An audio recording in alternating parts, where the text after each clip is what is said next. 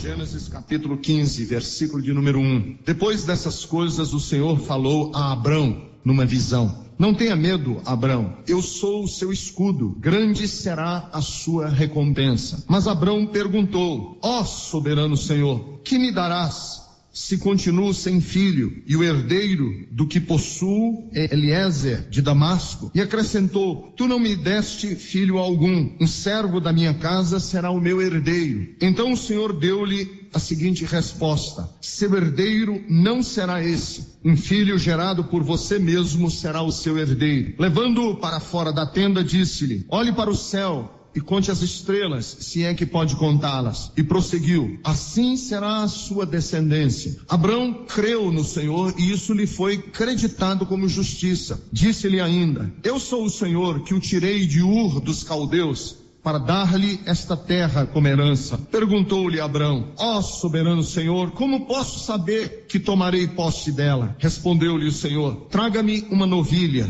uma cabra, um carneiro, todos com 3 anos de vida, e também uma rolinha e um pombinho. Abraão trouxe todos esses animais, cortou-os ao meio e colocou cada metade em frente à outra. As aves, porém, ele não cortou. Nisso, aves de rapina começaram a descer sobre os cadáveres, mas Abraão as enxotava. Ao pôr do sol, Abraão foi tomado de sono profundo, e eis que vieram trevas sobre ele, trevas densas e apavorantes. Então o Senhor lhe disse: saiba que os seus descendentes serão estrangeiros numa terra que não lhes pertencerá, onde também serão escravizados e oprimidos por 400 anos. Mas eu castigarei a nação a quem servirão como escravos, e depois de tudo sairão com muitos bens. Você, porém, irá em paz a seus antepassados, e será sepultado em boa velhice. Na 4ª geração, os seus descendentes voltarão para cá, porque a maldade dos amorreus ainda não atingiu a medida completa. Depois que o sol se pôs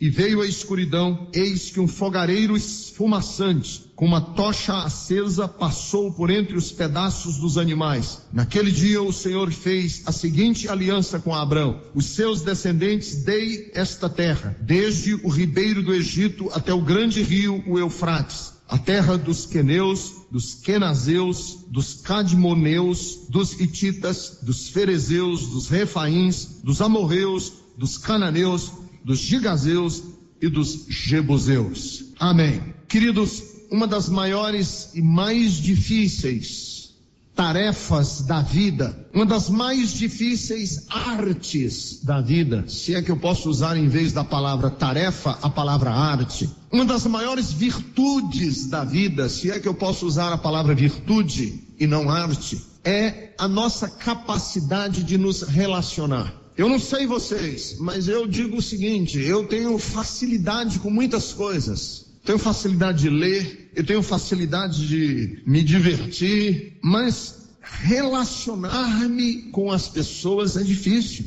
Aliás, todo relacionamento carrega em si um potencial de tensão. Todo relacionamento. Relacionamento de amigos, ele carrega dentro dele uma tensão. Relacionamentos entre sócios, relacionamento entre irmãos, relacionamento entre parentes, relacionamento é difícil. Por exemplo, eu tive sempre muita dificuldade em relacionar com os meus próprios irmãos sanguíneos. Às vezes não havia diálogo. Relacionar com o sexo oposto é difícil. Os homens entenderem a cabeça das mulheres, as mulheres entenderem a cabeça dos homens, não é fácil. Porque os homens funcionam numa frequência e as mulheres noutra frequência. Não existe nada de correto na frequência dos homens e nada de errado na frequência das mulheres. São frequências diferentes. Então, às vezes eu converso com as pessoas e as pessoas me dizem: pastor, eu não sei me relacionar com os meus pais. Outros dizem: eu não sei me relacionar com os meus filhos.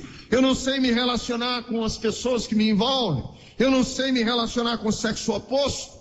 Já ouvi mulheres me dizerem: pastor, eu assusto os homens. Eu já ouvi homens me dizerem: eu assusto as mulheres. Como é que você quer que eu me relacione com Deus? Se eu tenho dificuldade de me relacionar com uma mulher, se eu tenho dificuldade de me relacionar com os meus pais, como é que eu vou me relacionar com Deus? Quer dizer, essa habilidade, essa capacidade de nós nos relacionarmos com Deus, ela não é simples. porque a gente não vê Deus. Ela não é simples porque Deus é santo e você é pecador. Ela não é simples porque Deus é todo sabedoria e nós somos ignorantes de tudo. Como é que a gente se relaciona? Você já esteve na presença de uma pessoa muito culta? É difícil uma pessoa muito culta. Você está sentado numa roda e uma pessoa diz assim: olha, esse aí é catedrático em filosofia na Universidade Sorbonne, na França, e ele está sentado aí, bate um papo com ele.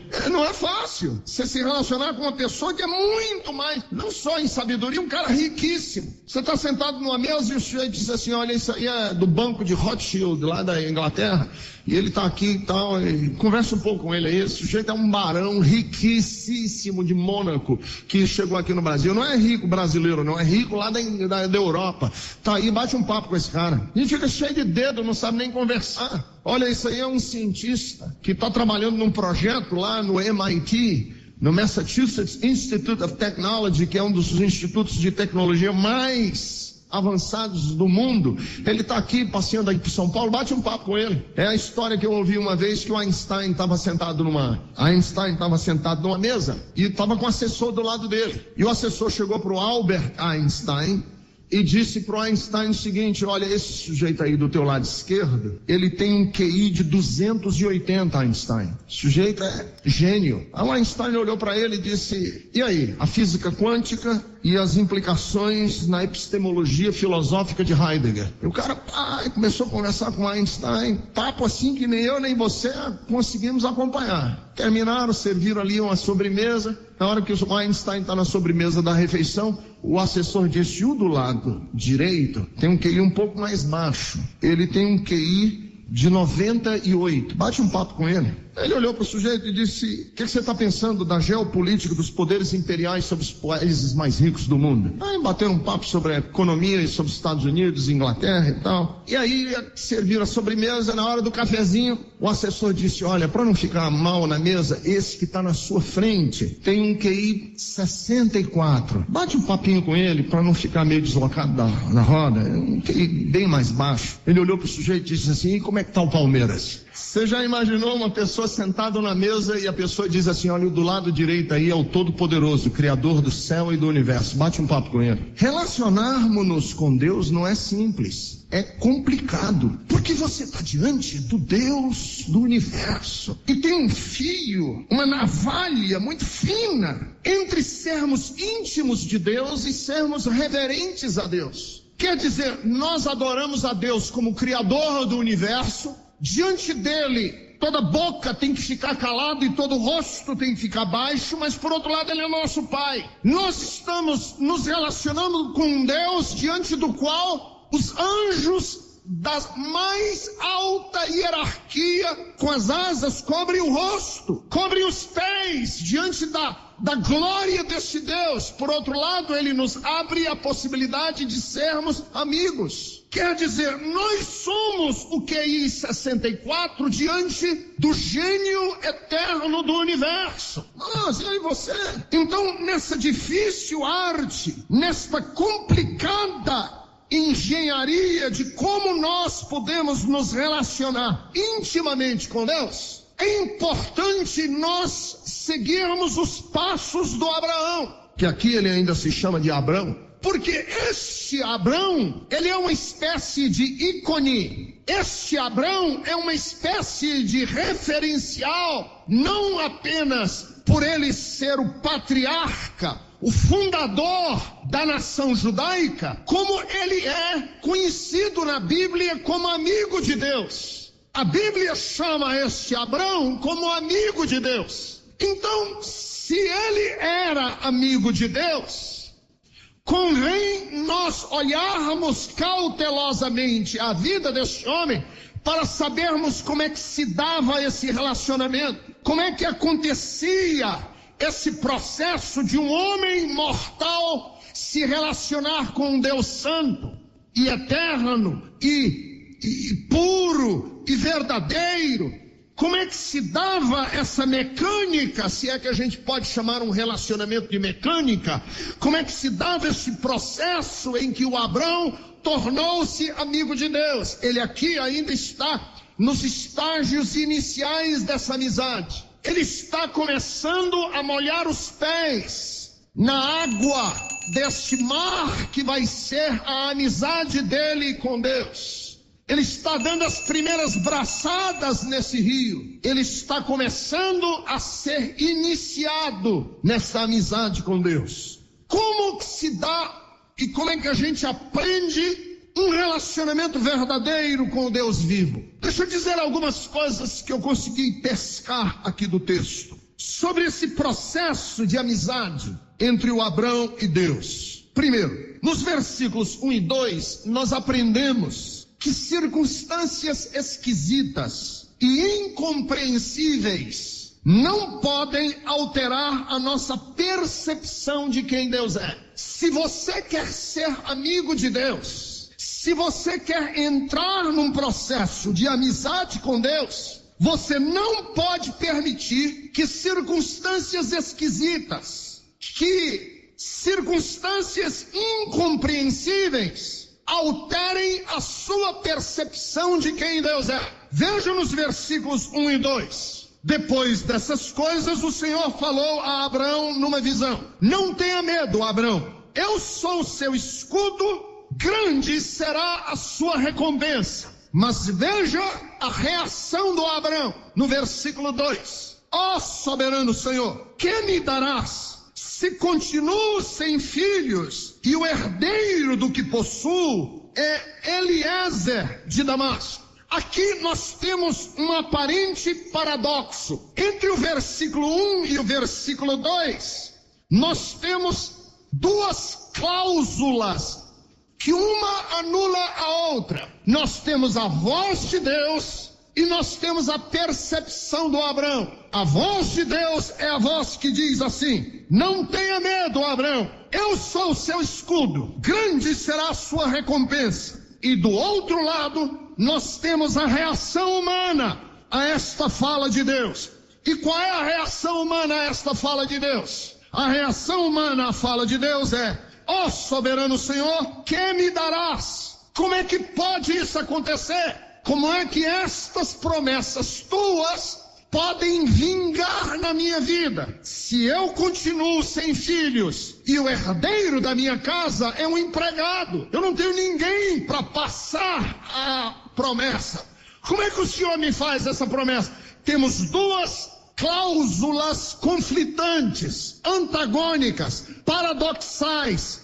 Uma anula a outra. Com qual eu vou ficar? É com a voz de Deus que diz: eu vou te abençoar? Ou é a circunstância que me rodeia que também me diz: esta bênção não vai se cumprir? Com qual eu vou ficar? Eu fico com a voz de Deus que diz: eu vou te abençoar?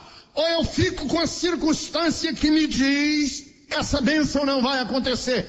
Com qual das duas você vai ficar?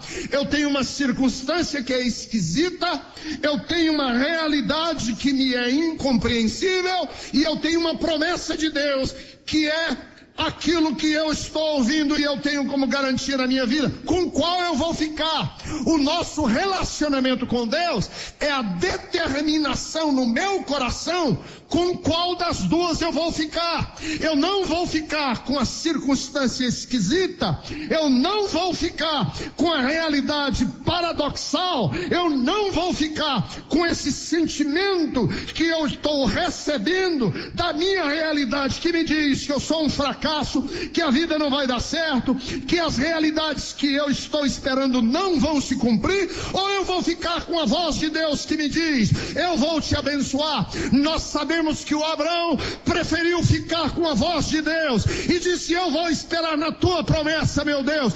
E quando ele decidiu que ia esperar pela promessa de Deus, nesse primeiro passo, ele começa a se tornar amigo de Deus. É um processo em que nós vamos joirando, peneirando, em que nós vamos tirando do meio o bagaço, o sargaço, nós vamos tirando o lixo, a escória, que é a realidade da vida, e vamos ficando com a essência, com o que é mais puro, que é a voz de Deus. E a gente diz assim: eu não vou ficar com essa realidade, eu vou ficar com a promessa que eu tenho. Isso é promessa de Deus. E você diz assim: pastor, eu estou atravessando um período da minha vida muito esquisito. Eu estou atravessando um período da minha vida muito difícil. As minhas realidades são incompreensíveis. Mas eu tenho uma promessa de Deus na minha vida, com qual eu vou ficar? Com a realidade que é incompreensível ou com a promessa que é real? Então, o primeiro passo, se nós queremos ser amigos de Deus, é nós ficarmos com a promessa do Senhor e não ficarmos com as circunstâncias que são negativas. Segundo lugar, as palavras de Deus não devem ser entendidas de forma enviesada. Quando Deus falar, não entenda a voz de Deus de forma enviesada, de forma torcida, porque quando Deus fala, é o que Ele está querendo dizer. Veja de novo que nós temos a fala de Deus e nós temos a reação de Abraão, nos versículos 3 e no versículo 4. E acrescentou: tu não me deste filho algum, um servo da minha casa será o meu herdeiro. Versículo 4. Então o Senhor lhe deu a seguinte resposta: seu herdeiro não será esse. Um filho gerado por você mesmo será o seu herdeiro. Em outras palavras, a promessa que eu tenho para você, não entenda de uma forma enviesada. Não entenda essa promessa de uma forma, me permitam a expressão meio chula, não entenda a promessa de uma forma acochambrada. Deus não precisa ser acochambrado para a gente crer nele. Veja, como é que vai ser essa promessa? Deus disse: a promessa é o seguinte: você vai ter filho, não é filho de uma forma acochambrada que você está querendo encaixar. Não precisa disso. Você não precisa dar um jeitinho para que a voz de Deus seja real. Deus não precisa disso. Quando Deus falar, não precisa dar um jeitinho para fazer de conta que foi voz de Deus. Porque quando Deus fala, o milagre de Deus não precisa da ajuda do homem. Quando Deus opera um milagre, a gente sabe que é milagre, já sabe que é milagre. Não precisa de alguém chegar e dizer: olha, você não percebeu, mas foi um milagre. Não precisa dar um jeitinho. Não precisa a gente racionalmente adaptar o que nós estamos esperando de Deus para que isso se encaixe na nossa vida. Então deixa eu dizer para você que está esperando um milagre de Deus: o milagre de Deus não é aquele acochambramento que aquele pastor da igreja tal disse: olha, não aconteceu o milagre, mas vamos fazer de conta que isso aqui é um milagre. Não é.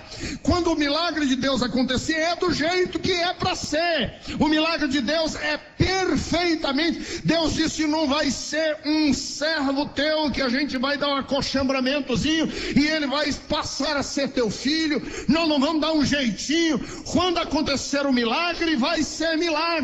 E o milagre era o seguinte: ele já era um homem avançado de idade, a mulher dele já tinha passado o período da menopausa faz tempo, ela já não podia mais gerar, e ele ficava pensando o seguinte: como é que vai ser esse milagre de eu ter um filho, se eu já sou um ancião, minha mulher já é uma idosa? De que maneira é um milagre? Será que é o filho do meu servo que vai ser o herdeiro dessa promessa? Deus disse: não, eu te fiz uma promessa, e a promessa é que o teu filho vai ser o herdeiro dessa promessa. Espera na promessa do jeito que eu estou lhe dizendo. E você está esperando uma promessa de Deus para a sua vida, meu irmão. Você está esperando uma promessa de Deus para o seu lar, mulher. Você está esperando uma promessa de Deus para o seu filho, casal. Vamos esperar de Deus um milagre, como milagre verdadeiro, porque o Deus que eu sirvo é um Deus que faz milagre, e o milagre de Deus é patente, é real. Deus fazia milagre, ele dizia assim: agora vai se apresentar. Jesus fazia milagre e dizia assim: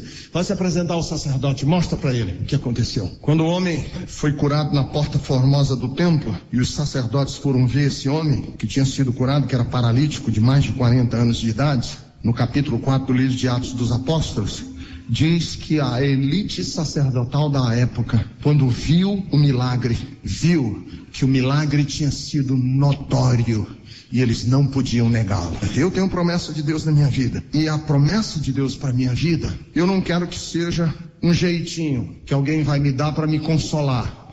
Ah, pastor Ricardo, não é assim e tal, mas vamos imaginar que seja assado, sabe? Para dar um jeitinho, e a gente diz assim, não aconteceu do jeito que a gente estava pensando, mas vamos fazer de conta que foi um milagre de Deus. Não, milagre de Deus pode ser crido, esperado, e que o milagre de Deus é verdadeiro. E você tem promessa de Deus na sua vida, vai ser como o Senhor prometeu na sua vida, porque Ele não é filho do homem para que minta, e nem é homem para que se arrependa daquilo que falou.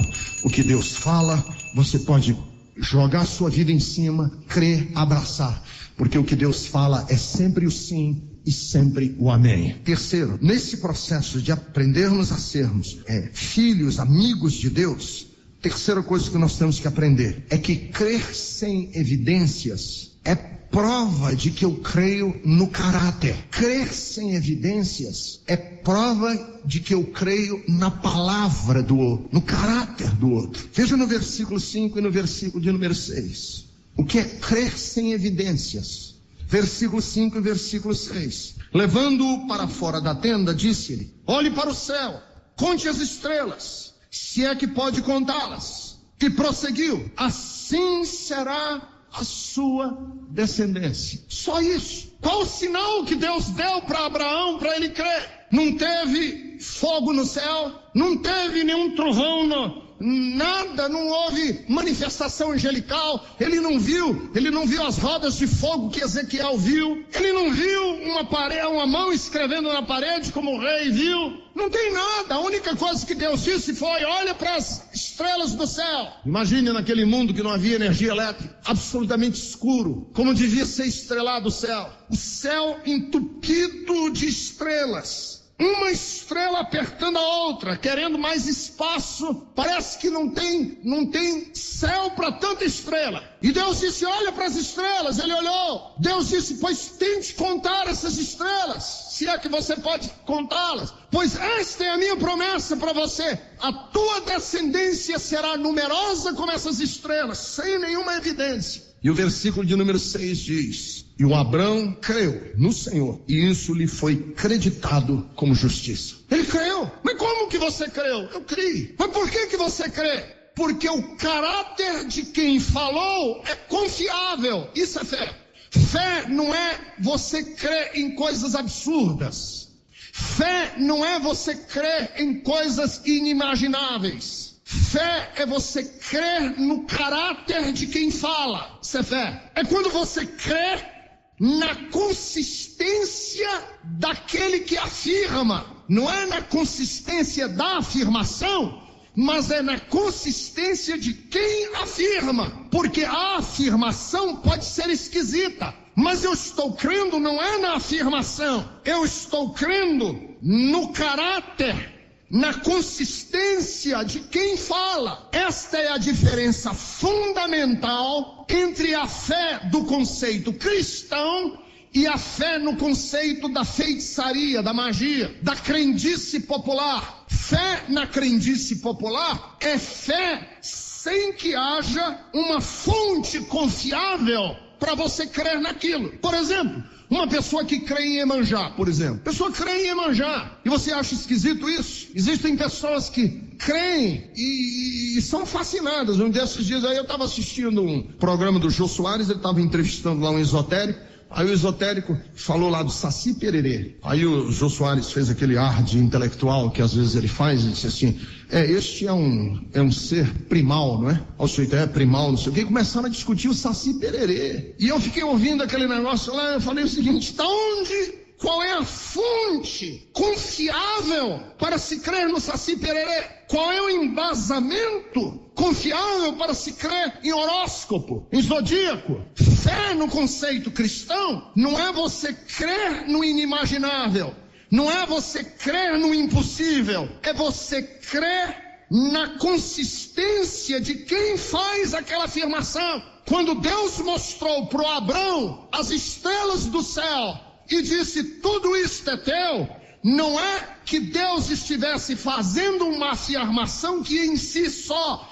ela fosse passível de conhecimento ou passível de fé. É que quando Deus fez essa afirmação, o Abrão sabia que quem estava fazendo aquela afirmação era completamente confiável, e ele podia apostar o seu futuro, e apostar a sua vida, e apostar o seu projeto de vida na pessoa que fez aquela afirmação, e vale a pena crer nele. Por isso é que quando Jesus estava evangelizando uma certa vez, ele pregou um sermão muito duro. Nós não temos todo o sermão que foi pregado, nós não temos, naquela época não havia gravação, como nós temos hoje. Não havia estenógrafos que copiassem o que estava sendo dito. Nós só temos alguns pedaços do sermão, mas pelos pedaços do sermão nós sabemos que ele deve ter soado muito difícil aos ouvidos da sua plateia, que era predominantemente judaica. Jesus disse: a minha carne será a verdadeira comida, o meu sangue será a verdadeira bebida. Aquele que não comer da minha carne, nem beber do meu sangue, não tem parte comigo. E o auditório de ouvidos mais sensíveis estranhou aquela mensagem de Jesus e começou a sair, começaram a ir embora. Um foi indo embora, outro foi indo embora, outro foi indo embora, outro foi indo embora. E Pedro, que era uma espécie de líder do grupo, quando viu a multidão se esvaziando e diminuindo, ficou preocupado, foi até Jesus e disse: Senhor, ameniza, pega mais leve, porque a multidão está indo embora, as pessoas estão saindo, o senhor está falando muito duro, o seu sermão está sendo muito pesado. Jesus olhou para Pedro, nós também não sabemos todo o diálogo, nós só temos um pedaço do diálogo, mas Jesus disse: Pedro, essa é a mensagem. E vocês também não estão querendo ir embora também não? Perguntou para os discípulos. Se quiserem podem ir embora, porque eu não vou diminuir o tom e nem vou diminuir os conteúdos que estou falando. E Pedro olhou para Jesus e disse: Senhor, para onde iremos nós? Só tu tens palavras de vida eterna. Quer dizer, tu és para nós uma fonte, tu és para nós um referencial. E quando a gente precisa ter fé, nós olhamos para o teu caráter e aí a gente crê no que está sendo dito. Deixa eu simplificar para você entender o que eu estou querendo dizer. Se um pai faz uma afirmação para um filho que aos ouvidos dos outros amiguinhos do colégio pareça esquisito, o pai faz uma afirmação, os outros amigos dizem: mas isso é muito esquisito. O filho diz assim: mas eu creio. Mas como que você crê? Por que você crê? Porque ele é o meu pai. Quer dizer, a base do que eu creio é o caráter do meu pai. A base do que eu creio é que eu conheço quem ele é. Deus chamou Abraão e disse: Abraão, olha para as estrelas do céu, tenta contá-las. Se você puder contá-las, pois esta é o tamanho da tua descendência. Os teus filhos serão tão numerosos, eu vou fazer de ti uma bênção. E ele não tinha nada para crer nessa promessa, senão o caráter do pai. Eu conheço. Então, se você quer ter fé, não é a gente rezar mantra. Porque tem gente que acha que ter fé é rezar um mantra. Energizei, agora eu tenho fé. Em nome de Jesus. Em nome de Jesus. Diga 487 vezes. Em nome de Jesus. O que acontece? Isso não é fé.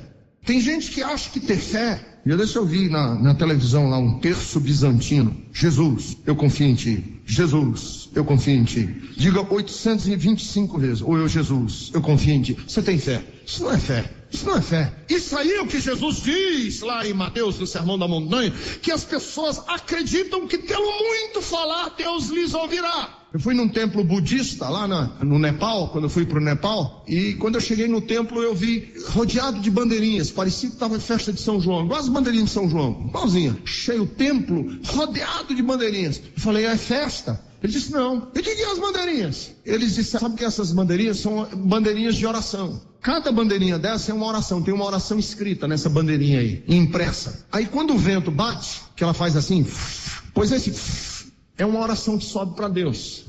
Então fica todo mundo aqui embaixo esperando o vento soprar. Quantas orações subiram agora, olha que maravilha. Isso não é fé. Fé, você crê nos conteúdos de quem fala.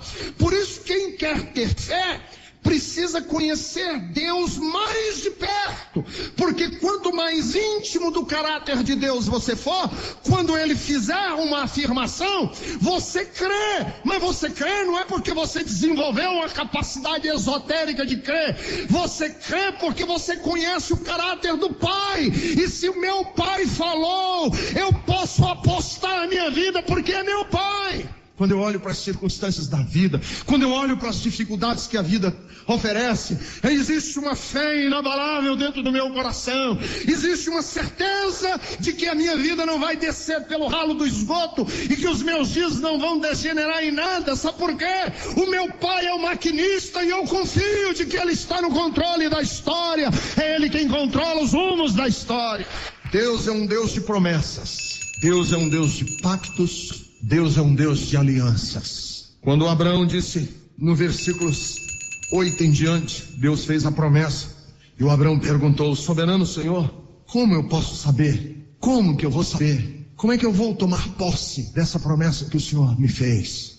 Aí Deus disse o seguinte: traga-me uma novilha, uma cabra, um carneiro, todos com 3 anos de vida, também uma rolinha e um pombinho. Abraão trouxe todos esses animais, colocou um de frente ao outro. As aves ele não cortou. E ali Deus celebrou uma aliança com Abraão, um pacto.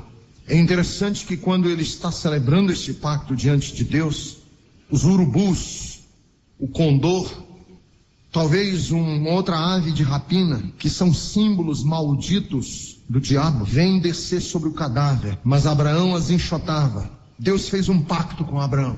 Naquele sacrifício de animais, ia ser um pacto que Deus ia celebrar com Abraão.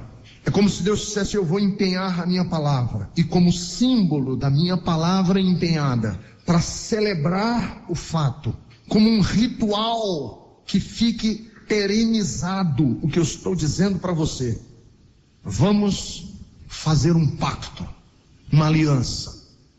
Pegou os animais, imolou os animais em sacrifício, como era costume da época, e se celebrou naquele dia um pacto de Deus com Abraão.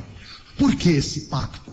Para que o Abraão ficasse sabendo que o Deus que nós servimos é um Deus de alianças, pactos. Deus faz pactos conosco. Aliás, na Bíblia nós temos inúmeros exemplos de pactos. Deus fez pacto com Moisés, Deus fez pacto com Josué, Deus fez pacto com Davi, Deus fez pacto com o filho de Davi, com Salomão. Deus fez inúmeros pactos. Só que tinha um problema com os pactos. É que o pacto de Deus, ele era unilateralmente cumprido, mas o pacto precisa de 2 partes para ele acontecer. 2 pessoas têm que entrar numa aliança, tem que ser de 2 pessoas. Você não faz um pacto sozinho com nada, você tem que fazer com outro. Deus fez com Abraão, mas o pacto que Deus fez com Abraão, nós vamos ver, ele vai ser rompido pelo Abraão, não por Deus. O Abraão vai pisar a bola. Já no capítulo 16 vai começar um problema na vida do Abraão, que ele vai ter um problema aí com o nascimento de uma criança que não era para ter nascido, que é o Ismael, que deu origem à nação árabe e que deu origem a todo esse conflito que nós ainda temos no mundo nos dias de hoje. Quer dizer, o Abraão, ele não cumpriu a parte dele do pacto, só Deus unilateralmente. E é por isso que a pessoa de Jesus é tão importante no cristianismo. Porque tem muita gente que me diz assim: pastor, eu estou disposto a crer em Deus, meu problema é com Jesus. Eu tenho muita dificuldade de crer nesse Jesus como vocês pregam. Porque a nossa pregação de Jesus é exatamente a necessidade bíblica de que o pacto e a aliança de Deus tivesse uma contrapartida humana que não fosse decepcionante. Deus fazendo um pacto e a contrapartida humana do pacto não fosse fracassável ou não tivesse a possibilidade do fracasso. Quando Jesus veio à terra como homem, e era necessário ele ser homem para que ele cumprisse em nome da raça humana um pacto de Deus conosco, em que ele fosse solidariamente o cabeça desse pacto, e que nós pudéssemos ser enxertados nesse pacto pela graça e pela fé, e que nós pudéssemos ser parte de uma aliança que agora é eterna. Por isso que a gente diz que só existe um Deus e só existe um mediador entre Deus e os homens. É por isso que nós, os crentes, não temos São Francisco de Assis como objeto de devoção, nós não temos São Sebastião, nós não temos a Virgem Maria. Por quê? Porque nenhum destes cumpriu o pacto. O pacto foi cumprido por Jesus, e ele então é guindado, é capacitado a ser o nosso intermediador entre Deus e os homens. E a Bíblia Sagrada diz que debaixo do céu Deus não deu nenhum outro pelo qual nós devamos ser salvos. O único nome que nós temos pelo qual nós possamos ser salvos é o nome de Jesus, porque ele cumpriu a aliança de Deus, e agora eu faço parte dessa aliança, não por causa dos meus méritos, porque há uma aliança de Deus com os homens, e essa aliança agora é eterna, porque Deus fez a parte dele, e os homens em Jesus fizeram a parte dos homens, e agora pela fé eu posso entrar nessa aliança e ter paz com Deus.